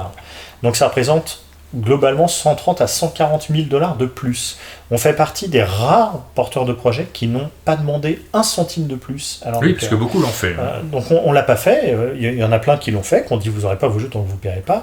Nous on s'est dit on ne veut pas faire ça, on ne veut pas le demander. On a demandé en contrepartie du temps pour pouvoir s'organiser par rapport à ça. C'est pour ça qu'il y a eu des délais. On a dû étaler des envois simplement parce qu'il fallait que nous on préserve un minimum notre trésorerie, parce que ces 130 ou 140 000 $ de plus, et ben comme disait Claude, on les a pris sur nos épaules. Et nous, on n'est pas une multinationale. On n'est pas Asmodée, on n'est pas des structures dans ce genre-là. Un sou est un sou, tu vois. Donc clairement, du coup, ça a des impacts en cascade sur l'ensemble des livraisons et des fabrications. Et ça, ce sont des choses qui sont dans le meilleur des cas invisibles pour les gens, et dans le pire des cas, pour une vision plus complotiste, deviennent de fausses excuses et des mensonges. Alors qu'en réalité, c'est une réalité factuelle avec laquelle on vit tous les jours. Il y a aussi le fait qu'on a parfois annoncé des choses qui, entre-temps, les choses ont changé, donc du coup, on est passé pour des menteurs. À la vue de certains, alors que c'était pas du tout une volonté de mentir, c'est qu'en fait, malheureusement, ça a changé brutalement, et du coup, nos coûts, notre logistique et tout ça, c'est désorganisé, et c'était plus ce qui était prévu à la base. Mais si on termine sur une note positive, on est en train de livrer Namiji les gens sont contents. Dans le monde entier, donc il y a encore quelques territoires sur lesquels c'est compliqué, parce que voilà, le temps a passé aussi, les gens déménagent, ce qui est une autre contrainte, mais ça c'est aussi, c'est anecdotique, mais il faut en parler. Mais on finit par livrer, on a fini par livrer Namiji, et Monumental, ça sera la même, mais On est en train d'organiser tout pour que ça se fasse. Mais c'est très douloureux. Et du coup, peut-être laisser rendre la parole à Philippe là-dessus, ça fait réfléchir sur le fait de porter ou non des projets pour Kickstarter quand on est un éditeur de notre taille en fait. Ouais. C'est ça. Et donc du coup, est-ce qu'il y a des futurs projets qui vont arriver sur Kickstarter ? Kickstarter, c'est un paradoxe aujourd'hui pour moi, c'est-à-dire que c'est une plateforme qui est faite pour que des gens qui n'ont pas ou peu de moyens aboutissent des projets ambitieux. Sauf qu'aujourd'hui, en fait, ce modèle est devenu dangereux. Il est devenu dangereux pour toutes les raisons qu'on vient d'exprimer. Et parce que tu vois, même après le Covid, la guerre en Ukraine... les changements s'accélèrent. Voilà, ça s'accélère et ils ont un impact fort sur l'ensemble du processus.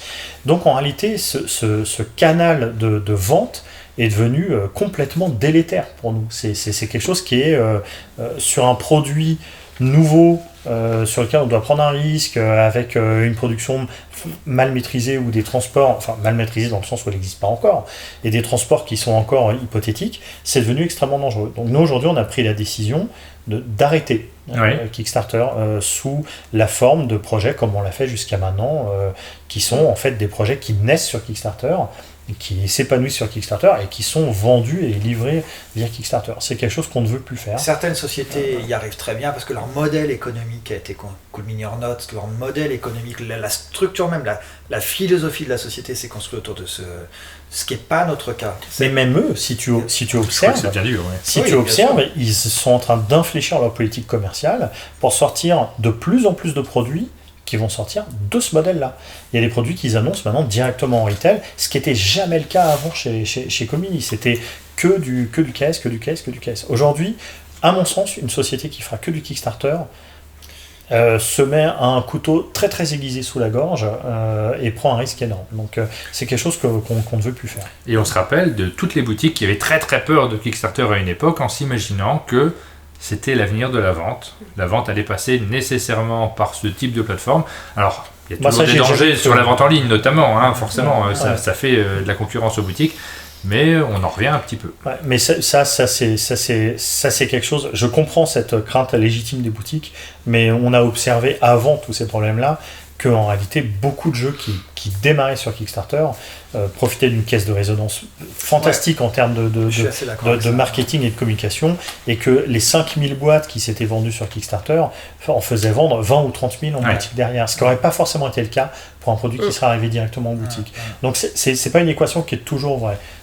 Par contre, aujourd'hui, je pense que les boutiques peuvent se rassurer par rapport à l'impact de Kickstarter sur les ventes globales. Il y a beaucoup de gens, je pense qu'on n'est pas les seuls à mener cette réflexion-là, c'est une réflexion de bon sens factuel, quoi. Et puis, il faut le dire aussi, Kickstarter, pour les éditeurs, c'est épuisant. C'est épuisant parce qu'on n'est jamais déconnecté. Une fois le projet financé, en fait, on est tout le temps obligé de répondre tous les jours, tout le temps, toute l'année, aux messages. Mais tu vas gagner un temps fou, Charlotte. Mais écoute, mais il y a pas mal c'est très chronophage, mais ça va permettre de mieux travailler les produits en retail, en boutique, et ça va être mieux. Et on en parlera si tu veux de la stratégie. Voilà, il y a plein de questions qu'on ne va pas aborder parce que ce format-là est très long, il y a plein de choses dont on a envie de parler, mais ces questions-là on les connaît, et puis n'hésitez pas à les poser aussi dans les commentaires de cette vidéo. Charlotte sera ravie d'y répondre. Mais je réponds sous l'interview de Nix. Sous l'interview de Nix, j'avais répondu à des messages et j'étais, je dois vous le dire, hyper effrayée par les réactions. Oui. J'étais assez terrorisée et en fait j'ai eu que des commentaires, à part quelques exceptions près, de soutien en disant on ne savait pas tout ça, merci de nous l'avoir dit. Ça tu soulignes un truc, c'est que dès qu'on bouge le petit doigt sur une campagne Kickstarter, on est comme des lapins dans des phares. C'est-à-dire qu'on se dit mais quelle va être la conséquence.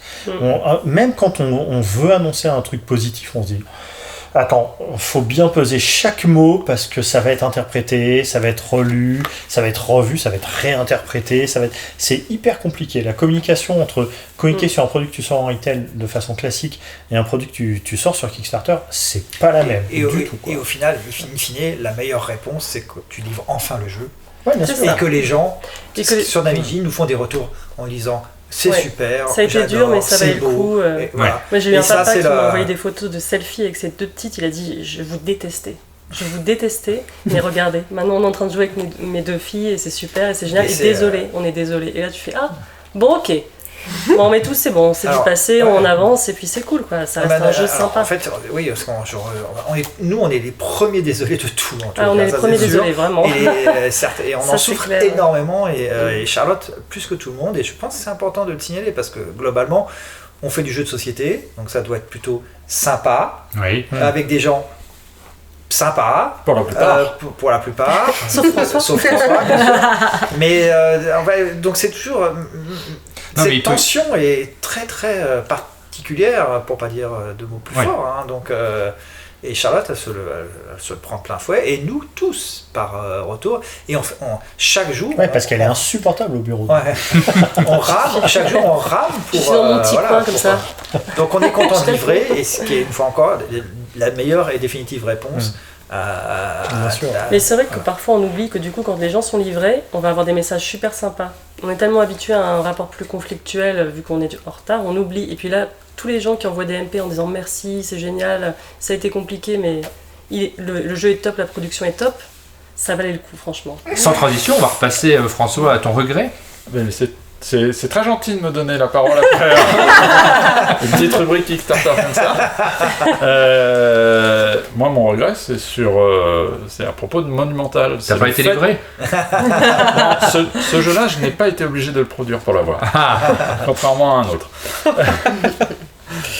Non, c'est pas avoir été chez Funforge au moment où Monumental s'est fait la première fois. Pourquoi au moment où dire sur la production? Non, parce que moi, ma passion, c'est le carton. Ouais. Et le papier. Et j'aurais voulu être là pour fabriquer les prototypes de Monumental, pour faire des baies, des beaux hexagones à forme. J'aurais bien voulu que tu sois là aussi. Moi, j'adore ça. Coller du papier, coller du carton, faire de la découpe laser, trier les choses, j'adore ça. Et ça, franchement, c'est un regret. Et c'est personnellement à Philippe que j'en veux là-dessus. De ne pas m'avoir embauché avant. Mais note, si ça peut quand même te consoler, on avait des très beaux prototypes. C'est pas moi qui les ai fait. Oui, mais t'as quand même travaillé dessus. T'as pas fait les protos, mais t'as fait la maquette. Oui, sur African Empire, mais le proto était déjà fait. La maquette, je me suis tapé sur les autres. Mais genre, il n'a pas complètement pas travaillé. Bon, désolé d'avoir été un peu égoïste sur mon propre regret et de pas avoir partagé. Alors enchaîne directement, François, on va le faire dans l'autre sens. Quel est le jeu auquel tu aurais envie de jouer là, maintenant, tout de suite ? Alors, c'est la série des Brasses. Ouais. Série des Brasses, parce que quand j'ai les camarades de jeu qui vont avec, parce que ce ne sont pas des jeux avec qui on peut jouer, avec lesquels on peut jouer avec n'importe qui, sont vraiment des jeux formidables. Exigeants, mais aussi ça donne beaucoup de plaisir. C'est-à-dire qu'il y a de la stratégie, c'est vraiment bien pensé. C'est pas pour rien que c'est parmi les meilleurs jeux sur BGG, surtout Birmingham, la version la plus récente. Donc c'est voilà. La boîte blanche. Voilà, avec des gens qui savent jouer et qui aiment jouer, oui. Brass, c'est parfait. Birmingham. Oui, mais c'est ça. Là, regardez, il y a Charline au fond. Et il y a Charlotte dans le canal après. Comme d'habitude. Après avoir reçu CMP de la journée. Qui saute dans le canal. Charlotte, le jeu auquel tu aimerais jouer là maintenant ? Monumental. Monumental, c'est mon jeu gamer préféré. J'y joue tout le temps et je suis même en train de peindre les figurines. Ah oui, donc ça c'est l'étape. C'est dire à quel point elle est folle. Complètement folle. Je crois que je suis imprégnée, je peux plus. Pour se relaxer, elle peint des figurines. Non mais c'est un jeu génial. Je le fais découvrir à tous mes amis, même des gens qui sont pas des gros gamers, et ils adorent la mécanique de cartes dont tu parlais, là, le fait de taper une colonne une ligne et une colonne. C'est hyper intuitif, c'est facile, après il y a beaucoup de stratégie et c'est long comme jeu, mais c'est mon jeu préféré. Voilà. Moi j'aurais dit The Big ID. The Big Idea. Parce que j'aime beaucoup ce party game. Ça marche avec tous les âges, c'est toujours des moments de rigolade. Voilà, exactement. Je ne connais pas cette version. Heidi est enceinte. Je me suis permis de mettre des images pour illustrer. Je savais que évidemment, je vous connais très bien, j'ai bien préparé cette émission. Il y a un jeu de mots là. Ça fait penser au détournement des The Big ID. Détournement de Martine, tu sais. Heidi fait du char à voile. C'est Heidi dans le canapé en fait. Ah ouais, c'est ça.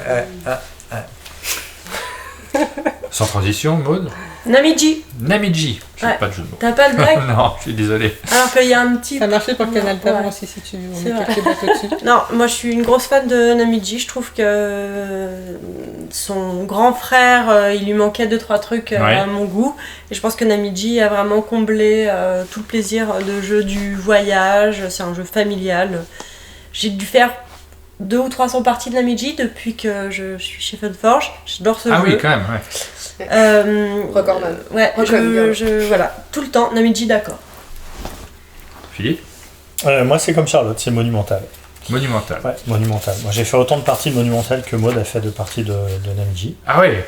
C'est-à-dire qu'on l'a développé pendant 1 an et demi, on y jouait tous les jours. On faisait, je sais plus, 2-3 parties par jour minimum. Donc ça a été beaucoup de parties, mais j'adore ce jeu. C'est vraiment super. Charline? Moi je dirais Port-Royal V-Box. Ah oui, Port-Royal. Assez facile à sortir. C'est un petit jeu malgré sa grosse boîte. Merveilleux. Et on l'a pas mal sorti au pause-déj au bureau et c'était assez chouette. Tu sais que j'ai ce truc-là à la maison. Ah, exactement. En rapport avec le jeu ou pas du tout? Non, pas du tout. Voilà, Port-Royal V-Box. Ouais, très chouette jeu d'Alexander Pfister. C'est pas son plus célèbre. Mais c'est un de ses premiers d'ailleurs, je pense. Port-Royal. Ouais, là c'est la nouvelle édition, donc c'est l'un de ses premiers. Ouais, c'est un de ses premiers jeux. Connu en tout cas. Et est-ce que tu pourrais choisir, parce qu'il me reste une dernière blague à placer, est-ce que tu pourrais choisir Agricola? Moi? Il reste plus que toi, et j'ai pas placé cette blague. J'adore Agricola, donc tu peux y aller, oui. Je sais pas si c'est le jeu auquel je voudrais jouer. Non, pareil, pour te faire plaisir, je suis prêt à y jouer. Quel est le jeu que tu avais prévu? J'avais prévu Monumental, parce que c'est Monumental également. Tu sais que Lookout avait sorti le Agricola à l'occasion d'un essai. Ah oui voilà, j'ai pas été chercher très loin. Oui, je me rappelle de ça, ouais. Agricola, voilà. On a très peu parlé de vos localisations, mais il y en a plein. Vous avez localisé beaucoup de jeux. Alors, on va pas s'étendre énormément dessus parce que ça fait partie de votre maison d'édition, mais il faudrait une émission de 12 heures pour pouvoir parler de chacun d'entre eux. Et bien c'est parti. Allez. Il y en a quelques-uns qu'on a cités, Port-Royal on l'a cité, on a cité Brass. Vous avez localisé également Jinkopolis, la dernière version. On l'a pas localisé parce que c'est un jeu en fait, qui est fait par Games, donc c'était déjà en français. Ouais. Mais on l'a distribué. Ouais. Oui, parce qu'il y a une page, j'ai vu sur votre site internet, sur la distribution. Vous distribuez également des jeux. Ouais. Il y en a un certain nombre, il y a une petite liste d'éditeurs que vous distribuez en France. C'est des choses qui bougent, parce que c'est pas des contrats qui sont permanents. Non, il n'y a rien de permanent. Dans la distribution, en règle générale, il n'y a jamais rien de permanent. Et c'est une chose qu'il faut noter aussi dans l'édition, c'est-à-dire les auteurs. On n'est pas comme souvent dans l'édition littéraire où les auteurs sont attachés à une maison d'édition. Les auteurs bougent de maison d'édition en maison d'édition en fonction de leurs envies, de leurs attentes. Et donc c'est très changeant, c'est un univers assez changeant, l'univers du jeu de société, je dirais. Alors avant de terminer avec les nouveautés, parce qu'on a envie de parler un tout petit peu des jeux qui vont arriver, qui ne sont pas encore en boutique, je voudrais revenir sur tous tes voyages. Maud, on t'a vu énormément, alors notamment sur les réseaux sociaux, parce que tu partages un petit peu, tu as fait le tour des boutiques. Ouais. Tu as un très beau palmarès. Donc pour partager l'anecdote, je fais partie des gens qui connaissent les dinosaures du milieu du jeu de société depuis très très longtemps. J'ai commencé à travailler à Multisim. Oui. Au temps où il y a eu la refonte de Casus Belli notamment, et j'ai eu l'occasion de rencontrer de nombreuses personnes du monde de l'édition, mais je ne connaissais pas du tout les boutiques de jeux. Philippe est un ami de, pareil, très longtemps, et quand j'étais aux États-Unis et que je lui ai dit que je revenais vivre en France, il m'a dit « c'est super, viens travailler avec moi ». Et je lui ai dit « mais qu'est-ce que tu veux que je fasse ?» Il m'a dit « viens travailler avec moi, je te dis après ». Ça s'est vraiment passé comme ça, et comme voilà, je suis très amie avec lui, avec Gerson, Claude, tout ça, on se connaît depuis fort longtemps, j'ai dit banco. Depuis Multisim pour certains. Ça fait 25 ans. On était à la faculté ensemble avec Gerson, vraiment, c'est une histoire d'amitié tout ça. Et il m'a dit, c'est simple, tu vas aller t'occuper des boutiques en France. Donc moi aux États-Unis, j'étais plutôt photographe. Oui.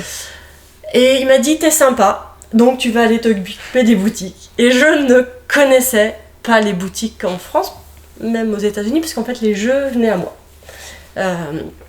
Et je n'étais jamais rentrée dans une boutique de jeux X ou Y, sachant que la seule boutique de Paris que je fréquentais, c'était Variante, puisque le vendeur historique de chez Variante, c'est mon cousin. Donc si je devais aller dans une boutique, j'allais en famille. Et voilà, et donc pour découvrir tous les ludicaires, toutes les boutiques, elles ont toutes quelque chose de différent. C'est un vrai plaisir pour moi, c'est un bâton de pèlerin. Un peu comme dans Tokaido, je fais mon compagnonnage et je vais de ville en ville rencontrer les gens. Y a toujours une histoire je pourrais vous raconter des tas d'anecdotes avec toutes ces personnes que je ne connaissais pas. Si, en bas à droite, Antoine Bozard. Ouais, mais bon, lui il trichait, fallait que j'ai une gastar et il y a Esteban juste à côté.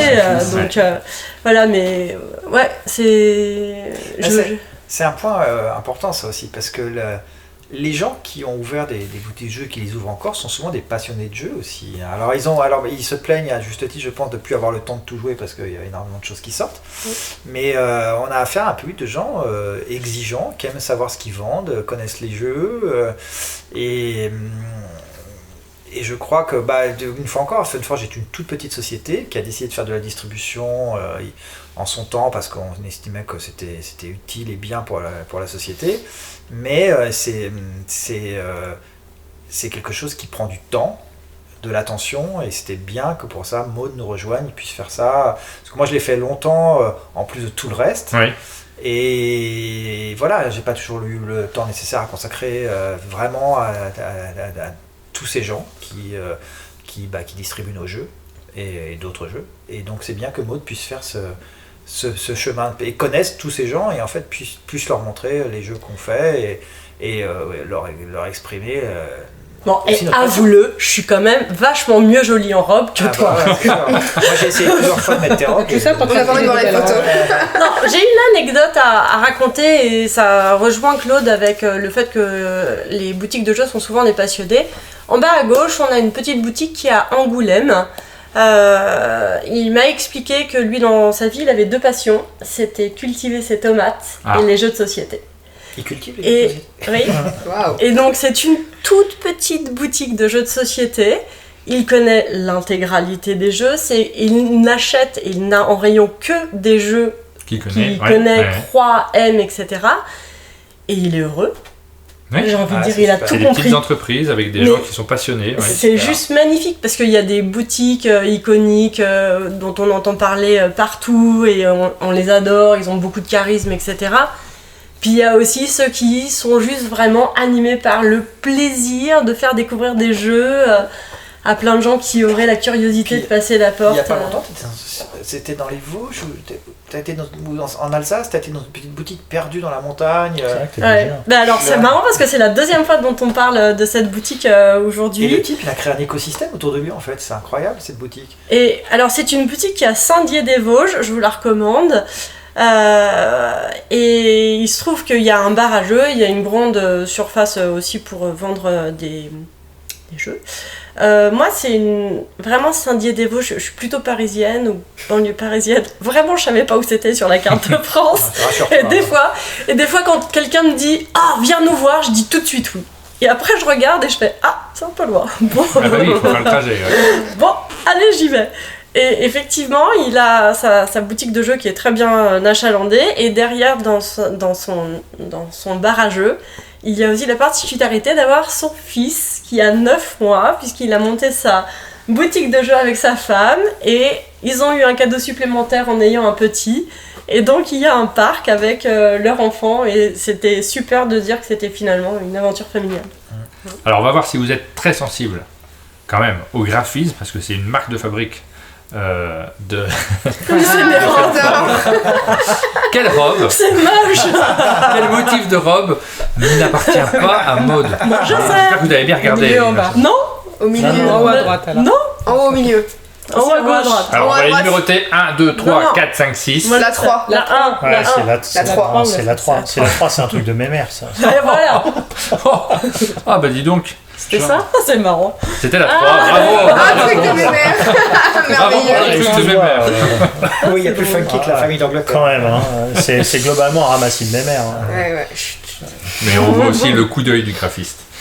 Alors on va terminer cette émission, on a parlé de plein de choses, mais on va terminer cette émission en évoquant les nouveautés qui arrivent prochainement. On a déjà parlé de Tokaido Duo, on a déjà parlé de Namiji qui sont en boutique ou pas loin d'être en boutique au moment où on enregistre, qui le seront peut-être au moment où on diffuse. Il y a 2 autres jeux dont on a envie de parler également. C'est alors Insert, un petit jeu qui n'est pas pour tout de suite, si j'ai bien compris ça. Il y a encore un petit peu de travail de développement. Ouais, il y a encore un travail dessus, mais ce ne sera pas non plus pendant 100 ans. Non, on est en train de travailler activement dessus. Donc c'est pas du tout la boîte qu'on va trouver. Non, pas du tout. Ça, c'est vraiment... Et ça, c'est un jeu de Bruno Catala. Ouais.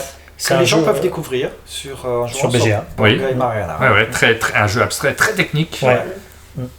Et c'est vraiment un jeu super malin. Ça fait partie des jeux, pareil, tu l'essaies, c'est une évidence. Ok, parfait. Et c'est vrai que lui aussi a beaucoup voyagé, a priori, d'éditeurs. Ah oui, il a eu du mal à trouver un éditeur, curieusement. Il a beaucoup passé chez les éditeurs, mais il n'a pas eu beaucoup de contrats à signer. Un peu comme Harry Potter, tu vois. Ouais. J'espère. Mais oui, parce que Funforge a un talent de faire travailler des auteurs qui sont récompensés pour d'autres jeux. Ça, c'est presque une marque de fabrique chez Funforge. Il vaut mieux en rire. Non, mais ça leur porte bonheur. Tu viens chez Funforge, t'es sûr d'avoir un prix ailleurs. Carrément. Donc ça sera votre jeu. On est une sorte de martingale du jeu. Oui, ça sera notre jeu abstrait. C'est vrai que on avait fait en localisation Patchwork, bien sûr. Oui. Mais ce contrat est arrivé à son terme. Et voilà. Mais Insert, c'est un vrai challenge pour nous. Et on en parlait tout à l'heure. Philippe se posait beaucoup de questions sur la direction artistique. C'est-à-dire que comment rendre bien le jeu abstrait, que les gens comprennent bien ce qu'on fait. Il y a une tempête sous le crâne. C'est très très différent en fait. C'est un vrai challenge de faire de la DA sur ce genre de produit. Parce que j'ai déjà fait toute une première maquette. Que unanimement, sans vouloir me jeter des fleurs, tout le monde a trouvé super. Et puis, oui, chef. Et puis en me rasant le matin, tu vois. C'est super. Il a rasé. Je t'ai pas rasé. Alors, il a pas dit ce qu'il s'est rasé. En fait, il y a un moment, je me suis dit, mais en fait, c'est super, mais est-ce que ça correspond vraiment au jeu ? Est-ce que c'est ce qu'il faut pour ce jeu-là ? Et les jeux abstraits, c'est compliqué parce que t'as pas de thème, t'as pas un fil conducteur qui est évident, qui t'amène vers quelque chose, et ça t'amène à te poser des questions beaucoup plus fondamentales sur l'essence du produit, sur qui va toucher, sur comment tu veux qu'il touche les gens. Et je trouve ça hyper intéressant. Enfin, c'est une démarche qui est nouvelle aussi en termes d'édition pour nous. Et l'autre jeu, que moi je ne connais pas encore celui-ci, mais je l'ai beaucoup vu sur les photos de visites de boutiques, il a été montré par plein de boutiques, donc les boutiques le connaissent.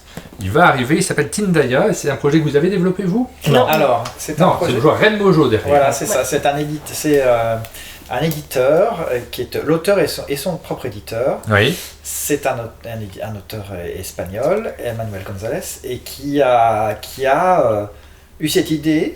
Alors on va prochainement, petit scoop, on lui a posé quelques questions, donc on va les diffuser son interview, son interview, d'où ça vient. Et en fait, c'est un jeu qui a été immédiatement très très bien accueilli en Espagne déjà d'une part, oui. Et partout où il l'a montré. Et donc là on est dans du jeu de gestion avec de l'interaction. Et c'est extrêmement malin, c'est extrêmement bien fait. Ça va satisfaire tous les Eurogamers. Oui, c'est ça. C'est vraiment jeu cube en bois, Eurogame expert. Et super malin. Les joueurs affrontent les colères des dieux sur des îles. Tindaya, c'est lié au mont Maldives. Non, aux îles des Canaries. Canaries. C'est au même endroit. C'est pareil, les Maldives, les Canaries. Et donc, les dieux se fâchent, donc font exploser des volcans ou créer des tsunamis. Et donc les joueurs doivent se déplacer d'île en île. Enfin, c'est super malin. C'est de la collecte de ressources. Si tu prélèves trop de ressources, ça met en colère les dieux. Ouais. D'accord. Il y a un mode solo, il y a un mode coopératif, il y a un mode compétition. Et il y a une initiation aussi à l'intérieur. On peut découvrir le jeu au fur et à mesure. Le travail de développement sur ce jeu est colossal. Ouais. Enfin, c'est un super auteur. Voilà, donc on voit 2 exemples. Un jeu qui sera donc de la localisation et un jeu qui est une création de Funforge. Ça fait partie de vos prochains projets. Tout à fait. Et puis j'imagine qu'il y aura d'autres choses qui arriveront dans les années qui viennent, puisqu'on souhaite une longue vie évidemment à Funforge. On arrive à la fin de notre émission. On vous remercie beaucoup de vous être déplacé au chalet. J'espère que vous qui nous regardez, vous avez pu découvrir cette folle équipe. On pense à Thomas évidemment qui est pas présent ici sur le canapé. Dans son canapé, il est chez lui. Un grand merci de vous être déplacé. Et puis nous, on vous donne rendez-vous très bientôt pour de nouvelles émissions sur la chaîne. À bientôt. Merci. Au revoir les gens. Salut.